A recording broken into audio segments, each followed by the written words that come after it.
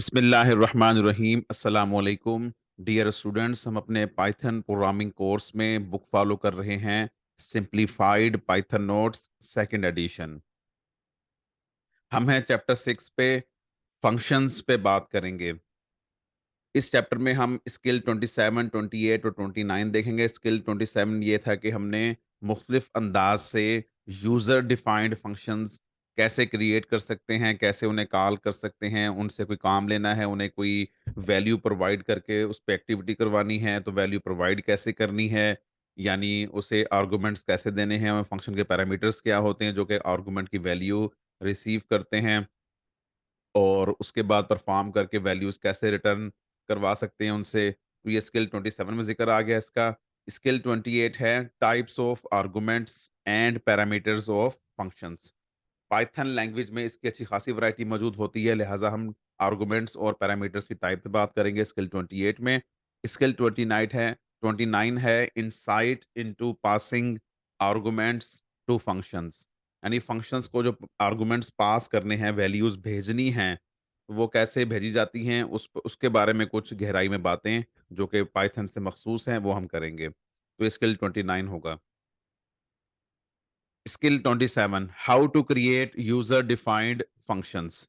अच्छा, यहाँ आने से पहले हम चैप्टर नंबर 2 में स्किल 2 जो हमारा था वो इसी के ऊपर था। पाइथन में चूंकि फंक्शंस का बहुत ज़्यादा इस्तेमाल होता है, तो वहाँ स्किल 2 में चैप्टर 2 में तारुफ इस बात का रख दिया गया कि फंक्शन होते क्या हैं।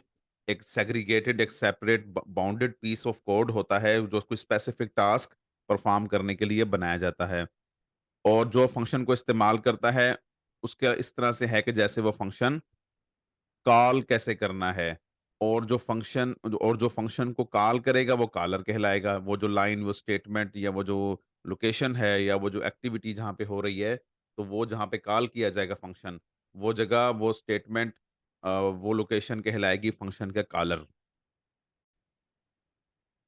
When a function is called, the flow of control transfer to the function and completion of execution of the function, the control is transferred back to the caller and on completion of the execution।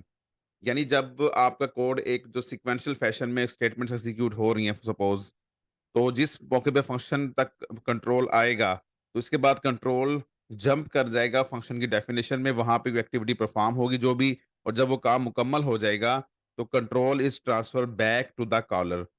जहाँ पे call किया गया है control वहां पे वापस आ जाएगा।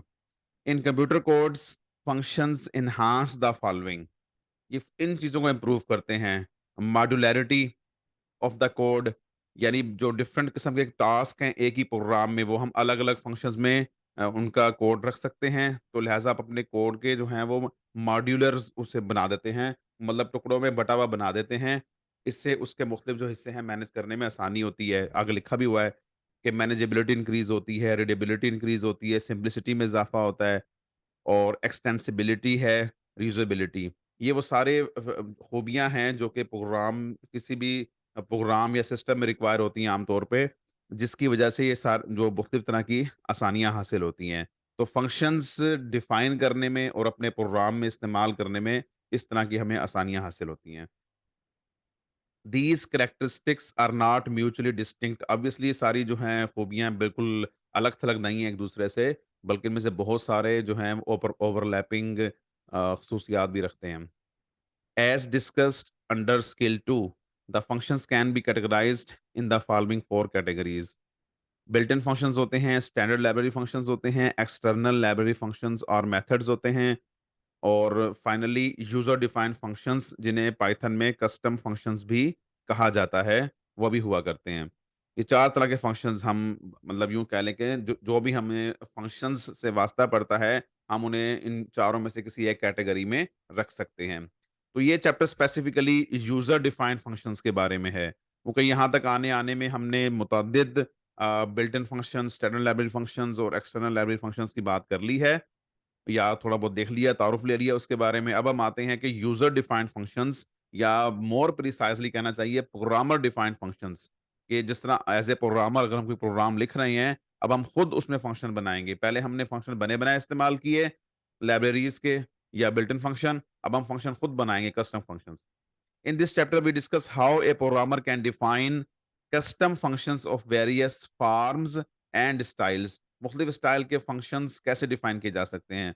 बहरहाल जो एक जनरल फॉर्मेट होगा कोई भी फंक्शन डिफाइन करने का, वो एक जेनेरिक सा इस तरह का होगा कि सबसे पहले वर्ड आएगा डेफ, उसके बाद जो भी हम फंक्शन का नाम रखना चाहें और फंक्शन का नाम रखते हैं वही असूल फॉलो करेंगे जो हम किसी वेरिएबल का नाम रखते हुए फॉलो करते हैं। इसके बाद सामने पैरेंथेसिस में लिस्ट ऑफ पैरामीटर्स होगी, पैरामीटर 1, पैरामीटर 2 वगैरह जो भी उनके नाम रखेंगे आप।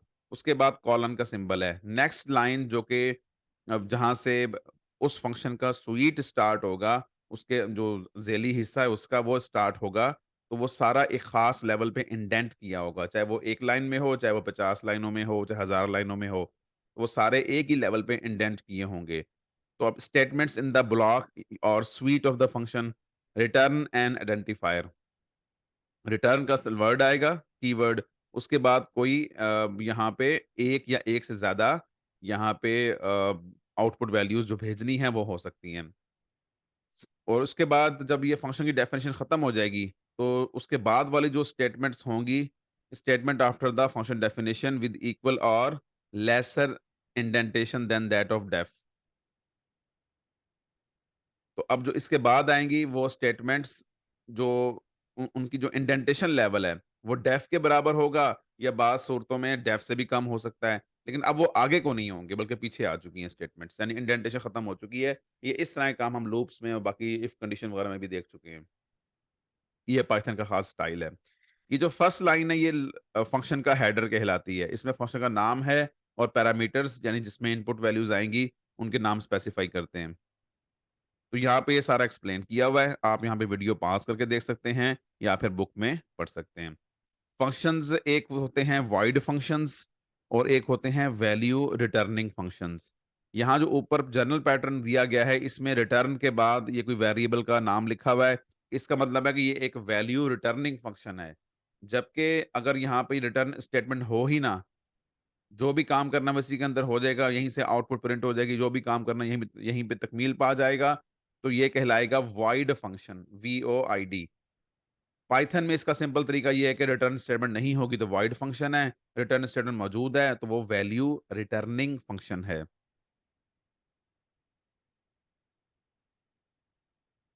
अच्छा, अब आते हैं पैरामीटर पे। तो यहाँ पे 2 बड़े खास टर्म्स हैं जो कि बड़े अच्छे तरीके से क्लियर कर लेनी चाहिए। एक है पैरामीटर और एक है आर्गुमेंट। पैरामीटर्स ये होते हैं कि जब हम फंक्शन को डिफाइन करते हैं, जिस तरह यहाँ पे एक जनरल पैटर्न गिवन है, आगे हम फॉर एग्जांपल्स भी देखने वाले हैं। तो ये जो हम उसके नाम के सामने वेरिएबल्स लिखेंगे, यहाँ पे वो वैल्यू कैच होगी या उसका रेफरेंस कैच होगा दूसरे लफ्ज़ों में पाइथन में, कि जिन्हें हमने अपने फंक्शन में इस्तेमाल करना है। तो जनरल पैटर्न यहाँ जो बना होगा फंक्शन के स्वीट के अंदर, ब्लॉक के अंदर, वो इन वेरिएबल्स, इन नामों को इस्तेमाल करते हुए होगा। तो ये बज़ाते खुद फ़िलहाल कोई एक्टिविटी नहीं है, जस्ट एक पैटर्न बताया हुआ है कि फलाँ-फलाँ वेरिएबल है, उनको ऐसे-ऐसे इस्तेमाल कर लेना है, ये फंक्शन की डेफिनिशन में बता दिया जाएगा। लेकिन जब ये फंक्शन कॉल किया जाएगा तो कॉलर इसे कोई ना कोई वैल्यू प्रोवाइड करेगा और वो जो वैल्यू प्रोवाइड करेगा इन पैरामीटर्स को मिलेगी। तो वो जो वैल्यू आ रही है, आके इनको मिलती है, वो आर्गुमेंट है। और जो जो जो इनको नाम यहाँ पे दिया जाता है फंक्शन के अंदर, वो नाम, वो वेरिएबल, वो पैरामीटर है। अब एग्ज़ाम्पल में ये और वाज़ेह हो जाएगा। तो आर्गुमेंट पास किए जाते हैं फंक्शन को, फंक्शन उन आर्गुमेंट्स को अपने पैरामीटर्स में कैच करता है और आगे वो पैरामीटर्स के नाम इस्तेमाल करके फंक्शन एक्टिविटीज़ परफ़ॉर्म करता है। तो ये जो सारा लिखा हुआ है, ये बिल्कुल सुकून तहम्मुल से रीड आउट करना चाहिए। इसके लिए बेस्ट ये है कि आपके पास बुक हो, बुक सामने रखें और इस लेक्चर के साथ आप बुक बुक का भी इस्तेमाल करें। The arguments in the call to a function should match in number, type and order with the parameters present in the function header. Best ये है कि जो फंक्शन के हेडर में जितने वेरिएबल हैं सामने पैरामीटर्स मौजूद हैं, फॉर एग्जांपल इसमें हमें एन की बात नजर आ रही है, जो जितने वो पैरामीटर्स मौजूद हैं, जो उनकी तरतीब है और जो उनकी टाइप है, ये सब फॉलो कर रही हो, उस चीज से मैच खा रही हो कि जब फंक्शन कॉल किया जा रहा है। सी, सी प्लस प्लस और फोर्ट्रान लैंग्वेज में इस बात को स्ट्रिक्टली फॉलो किया जाता है। जबकि पाइथन हमें काफ़ी इसमें फ्लेक्सिबिलिटी देता है। अगरचे उस फ्लेक्सिबिलिटी को इख्तियार करना बहुत ट्रिकी या बहुत चैलेंजिंग भी हो सकता है, या यूँ कह लीजिए कि वो आपके लिए चैलेंजेस ला सकता है। इसलिए इस असूल को फॉलो कर लेना चाहिए कि जब भी फंक्शन डिफाइन करें, उसके जो हेडर में एक ख़ास तरह के जो भी अपने पैरामीटर्स रखने हैं, जो उनकी टाइप हो, जो उनकी तरतीब हो, ये आपको मुकम्मल पता हो। और जब कोई वो वही फंक्शन कहीं कॉल किया जा रहा है, तो आप उसकी जो कॉलिंग के वक़्त जो कॉलर है, वो जो वेरी आर्गुमेंट्स भेजे, उसकी तादाद, टाइप और तरतीब वही रखे जो आगे फंक्शन की डेफिनिशन में है। A function does not run on its own. जब फंक्शन बना लिया जाता है, वो खुद से रन नहीं होता, बल्कि उसे कॉल करना पड़ता है। तो जो उसे कॉल करेगा, वहाँ पे वो इस्तेमाल होगा। The execution of a script does not start from a function definition.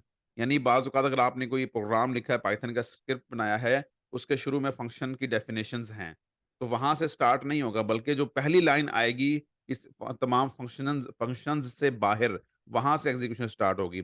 तो मुमकिन है प्रोग्राम के शुरू के बड़े हिस्से में जो है वो फंक्शन डेफिनिशंस हैं, एक नहीं है, कई-कई हैं। उसके बाद जो स्टेटमेंट आएगी, वहाँ से प्रोग्राम की एग्जीक्यूशन स्टार्ट होगी। और वो जो ऊपर वाली डेफिनिशंस होंगी, वो आगे चल के अपने-अपने मुनासिब प्लेस पे कॉल किए जाएँगे वो फंक्शन, तब वो उनका रोल सामने आएगा। A function has to be defined before any call to it. जब भी फंक्शन कॉल करना है, उससे पहले उसको डिफाइन हो जाना चाहिए। Optionally, the first statement inside the block of a function can be a documentation string, which is called docstring. Python में फैसिलिटी ये है कि फंक्शन की डेफिनेशन में जो पहला हेडर है, हेडर के जब अंदर नीचे स्वीट में आएँगे, ब्लॉक में आएँगे, तो पहली लाइन ऐसी हो सकती है जिसको हम डॉक्स्ट्रिंग कहते हैं। और उसका पर्पस ये होता है कि वो फंक्शन की नोइयत के बारे में कुछ मतलब इन्फॉर्मेशन दे सके। The scope of a variable in a program is the portion of the program where it is accessible. कि एक सिंपल डेफिनेशन ये है कि कोई भी वेरिएबल किसी प्रोग्राम में जिस जिस हिस्से में एक्सेस हो सकता है, तो वो उतना हिस्सा उस वेरिएबल का स्कोप कहलाता है। The variable defined in the function header जो कि पैरामीटर्स हैं, और inside the function blocks are local variables. यानी जो फंक्शन के ना हेडर के सामने पहली बार वेरिएबल आएंगे, और जो उसके बाद उसकी बॉडी में फंक्शन के ब्लॉक में कहीं इस्तेमाल कहीं फर्स्ट टाइम डिफाइन किए जा रहे हैं, वो लोकल वेरिएबल्स होंगे। These are accessible only in the definition of the function. In contrast a global variable is accessible anywhere in the program and it is unique in a program. तो जो global variable होगा, वो किसी भी function के अंदर define नहीं होगा, बल्कि फंक्शंस से बाहर डिफाइन किया जाएगा अमूमन। तो उसका स्कोप फिर ये होता है कि पूरे फंक्शन में कहीं भी वो पूरे प्रोग्राम में कहीं भी वो इस्तेमाल हो सकता है। अच्छा, ये बहुत सी जेनेरिक बातें हो गई हैं। फर्स्ट मतलब गो में इतनी सारी बातें शायद पिक कर लेना आसान ना हो। बेहतर ये है कि इसको हम जो डिफरेंट इसके स्टाइल्स हैं, उसको हम वन बाय वन देखें। फॉर एग्ज़ाम्पल यहाँ पे हमने 10 स्टाइल डिस्कस किए हैं। ये 10 स्टाइल्स हैं। इस मकसद क्या है कि ये function number and names of the custom functions considered. 10 styles हैं। तो ये बता रहे हैं कि हमने जो पहली एग्जांपल में एक फंक्शन लिया है, दूसरी में 2 लिए हैं, तीसरी में 2 लिए हैं, चौथी में 1 है, 5वीं एग्जांपल में 1 फंक्शन है, और वो किस-किस नाम से है। ये आगे चल के सामने आने वाला है, उसकी हमने पहले फ़हरिस्त बना दी है। अच्छा, फंक्शन के हवाले से 2 बातें होंगी, इनपुट और आउटपुट कैसे उससे रिलेट करेगी। तो ये बताया जा रहा है यहाँ पे कि ये फलाँ फंक्शन है, इसकी इनपुट किस अंदाज़ में है। No, no, no, it means ये फंक्शन इनपुट नहीं लेता। आउटपुट रिटर्न नहीं करता, बल्कि output print on the console. यानी ये प्रिंट करता है कंसोल पे। यस, इसकी ये खूबी है बस। यानी पहला जो फंक्शन आएगा, वो इनपुट कोई नहीं लेता और आउटपुट रिटर्न भी नहीं करता, लेकिन आउटपुट स्क्रीन पे डायरेक्ट प्रिंट कर देता है। सेकंड एग्जांपल में 2 फंक्शन हैं, एक का नाम है माई अंडरस्कोर फन, दूसरा नाम है माई अंडरस्कोर गन। तो इसमें क्या खूबी है कि ये भी जो है इनपुट नहीं लेता, आउटपुट नो, और जो आउटपुट है वो स्क्रीन के ऊपर प्रिंट करता है यस। ठीक है, जिस तरह बाकी सब में काम है। चूँकि ये बाकी 10 एग्ज़ाम्पल्स आ रही थी, तो उसकी शुरू में एक फ़हरिस्त बना दी गई है कि कौन-सा फ़ंक्शन कैसे बिहेव करता है। फॉर एग्ज़ाम्पल चलिए इसे हम देख लेते हैं ये नंबर 7 को अगर हम देख लें, येस यानी येस पे क्या आ रहा है? Through console. हम कीबोर्ड से एंटर करेंगे, ये वैल्यू रिसीव करेगा येस, ये डायरेक्टली कीबोर्ड से वैल्यू ले लेता है और किसी अंदाज़ से नहीं लेता। उसके बाद ये वैल्यू रिटर्न करता है येस, स्क्रीन पे प्रिंट करता है नो। तो उसमें ये खूबी रखी है। तो हमें फंक्शन बनाते वक़्त मुख्तलिफ तरह के स्टाइल्स और पैटर्न्स फ़ॉलो करने पड़ सकते हैं। तो इन 10 एग्ज़ाम्पल में उन मुख्तलिफ स्टाइल्स का ज़िक्र है। तो आप देख सकते हैं कि इनपुट देने के 3 अंदाज़ हो सकते हैं।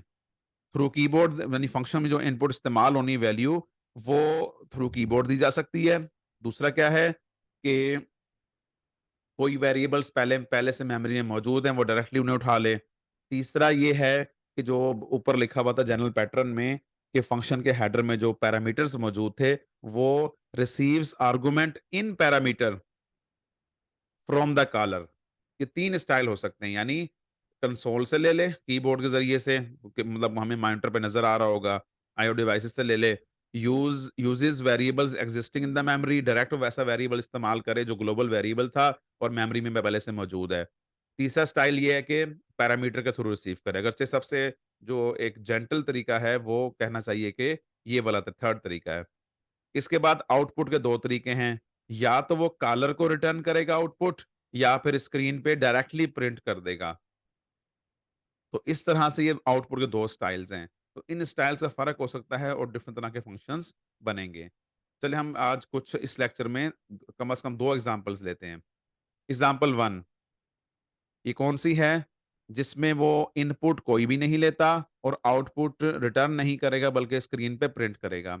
तो ये हमने डिफाइन कर रहे हैं फंक्शन।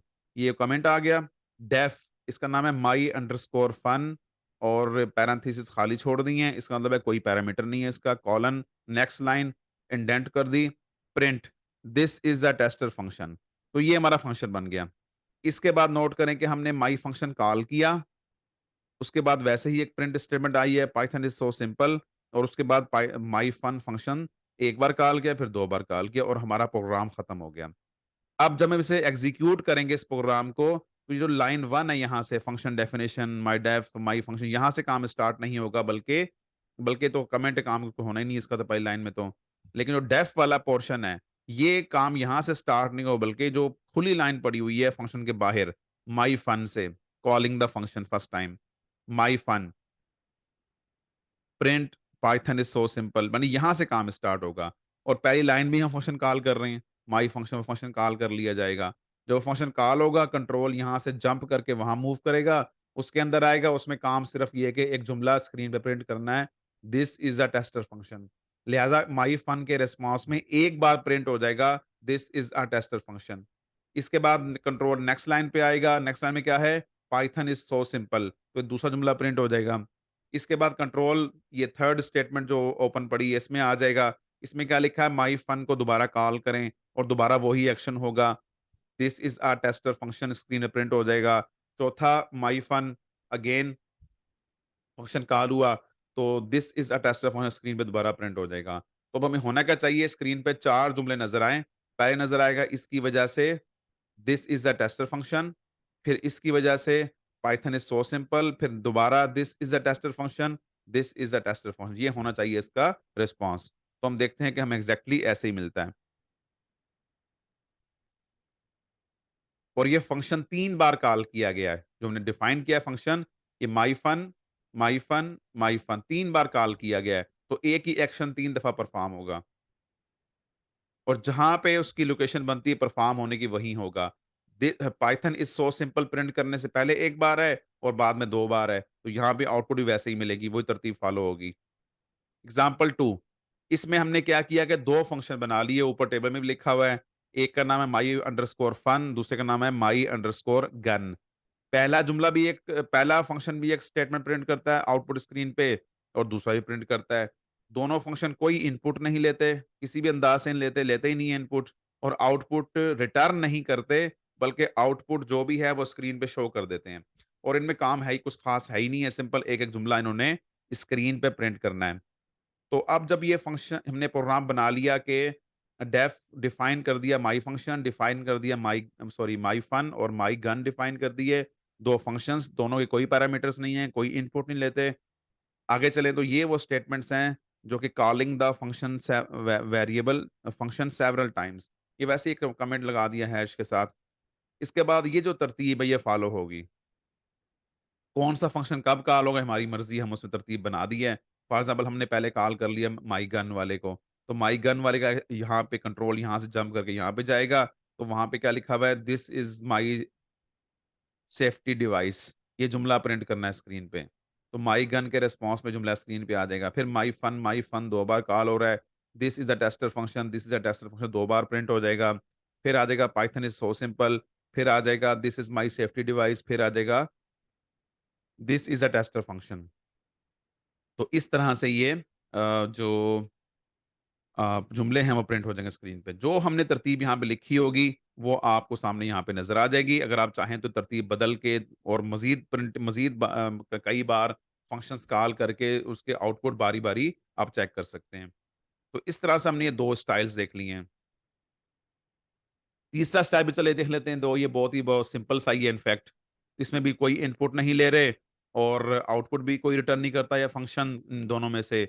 माई F1, माई F2, इनफैक्ट पूरा नाम पढ़े तो माई अंडरस्कोर F1, माई अंडरस्कोर F2, और दोनों फंक्शन आउटपुट स्क्रीन में प्रिंटिंग करते हैं। तो चलें हम ये एग्ज़ाम्पल भी बिल्कुल इस जैसी ये भी लिहाज़ा हम साथ ही खत्म कर लेते हैं इसे। तो 2 फंक्शन डिफाइन किए गए,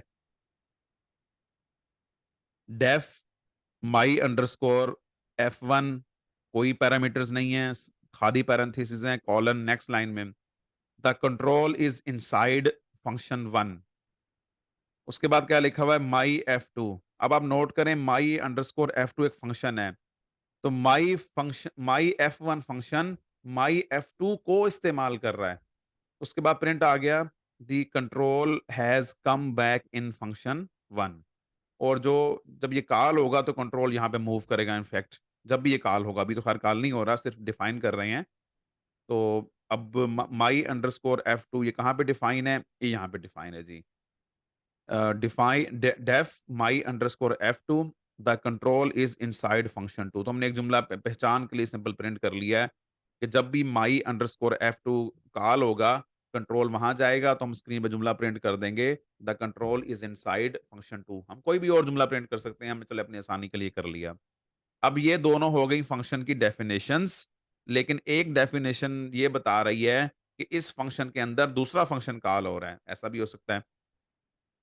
तो पहली चीज़ आ गई जी कि यहाँ ओपन स्टेटमेंट है, जब आप इस स्क्रिप्ट को एग्ज़ीक्यूट करेंगे तो यहाँ से एग्ज़ीक्यूशन स्टार्ट होगी। ये जो है पोर्शन ओपन पड़ा हुआ है।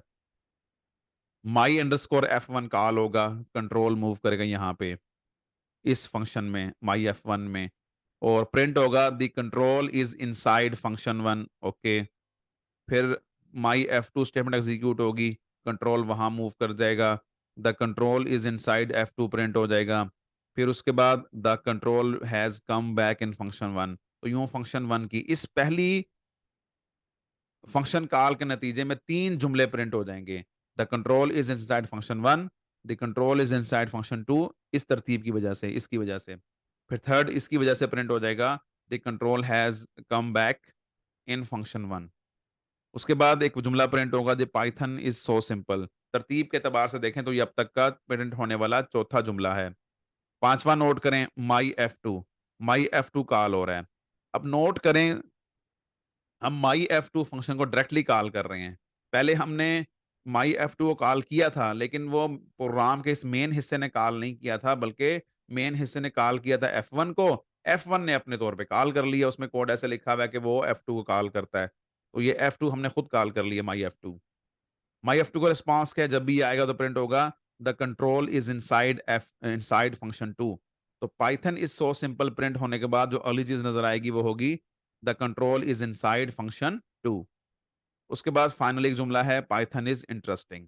तो ये वो 4 स्टेटमेंट्स हैं जो हमारे प्रोग्राम में एग्ज़ीक्यूट हो रही हैं, और ये फंक्शंस को इस्तेमाल करती हैं, कॉल करती हैं। तो लिहाज़ा वही पैटर्न तरतीब आ गया कि इसकी वजह से the control is inside function 1, the control is inside function 2, the control has come back in function 1। ये तीनों जुमले इसकी वजह से, इस पहली लाइन की वजह से 3 जुमले आ गए। इसके बाद आ गया पाइथन इज़ सो सिंपल, उसके बाद माई F2 हमने कॉल किया, इसकी वजह से प्रिंट हो गया the control is inside F2 और आखिर में पाइथन इज़ इंटरेस्टिंग इसकी वजह से प्रिंट हो गया। अब आपको चाहिए यहाँ पे इसको लिखें और एग्ज़ीक्यूट करें और साथ ही साथ ये करें कि इनकी तरतीब बदल-बदल के जो आउटपुट बदलेगी, उसका पैटर्न नोट करें कि आउटपुट कैसे और क्यों बदल रही है। जो उसूल बताए गए हैं, वही फ़ॉलो हो रहे होंगे, तो उनका फ़ॉलो होना मुख्तलिफ अंदाज़ में आप वेरीफ़ाई करें।